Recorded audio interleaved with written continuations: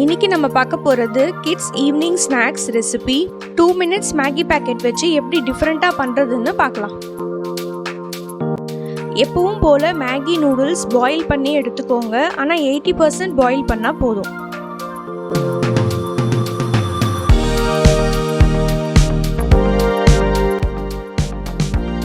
Noodles நீங்கள் boil பண்ணும் போது நடுவில் ஓப்பன் பண்ணி பாருங்கள்.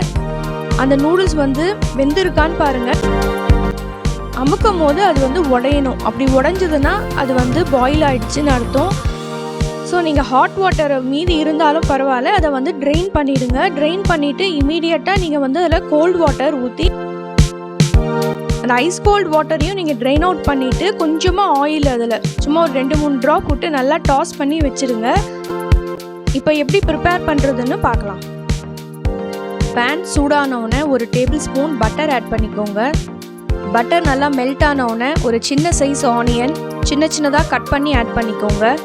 இப்போது 2 நிமிஷத்துக்கு நல்லா வதக்கி விட்டுக்கோங்க. தேவையான அளவு தூள் உப்பு சேர்த்து நல்லா கலந்து விட்டுக்கோங்க. சேர்த்து நல்லா 2 நிமிஷத்துக்கு வதக்கிக்கோங்க. 5 பூண்டு சின்னதாக கட் பண்ணி ஆட் பண்ணிக்கோங்க. மிளகாய் தூள் 1/2 teaspoon, chilli flakes 1/2 teaspoon, oregano 1/2 teaspoon சேர்த்து நல்லா 2 நிமிஷத்துக்கு கலந்து விட்டுக்கோங்க. இப்போ மேகி மசாலா பேக்கெட் ஆட் பண்ணிக்கோங்க. இப்போ மேகி மசாலா பேக்கெட் சேர்த்து நல்லா கலந்து விட்டுக்கோங்க. தேவையான அளவு தண்ணி சேர்த்து நல்லா கலந்து விட்டு மூடி போட்டு 5 நிமிஷம் நல்லா கொதிக்க விடுங்க.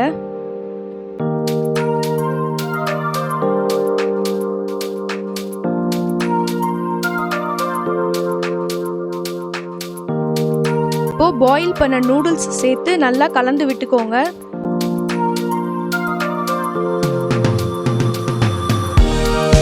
மசாலாலாம் நல்லா கோட் ஆகிற வரைக்கும் நல்லா கலந்து விட்டுக்கோங்க. ஸ்ப்ரிங் ஆனியன் சேர்த்துருக்கேன். உங்ககிட்ட ஸ்ப்ரிங் ஆனியன் இல்லைன்னா நீங்கள் கொத்தமல்லி இலைகள் கூட சேர்த்துக்கலாம்.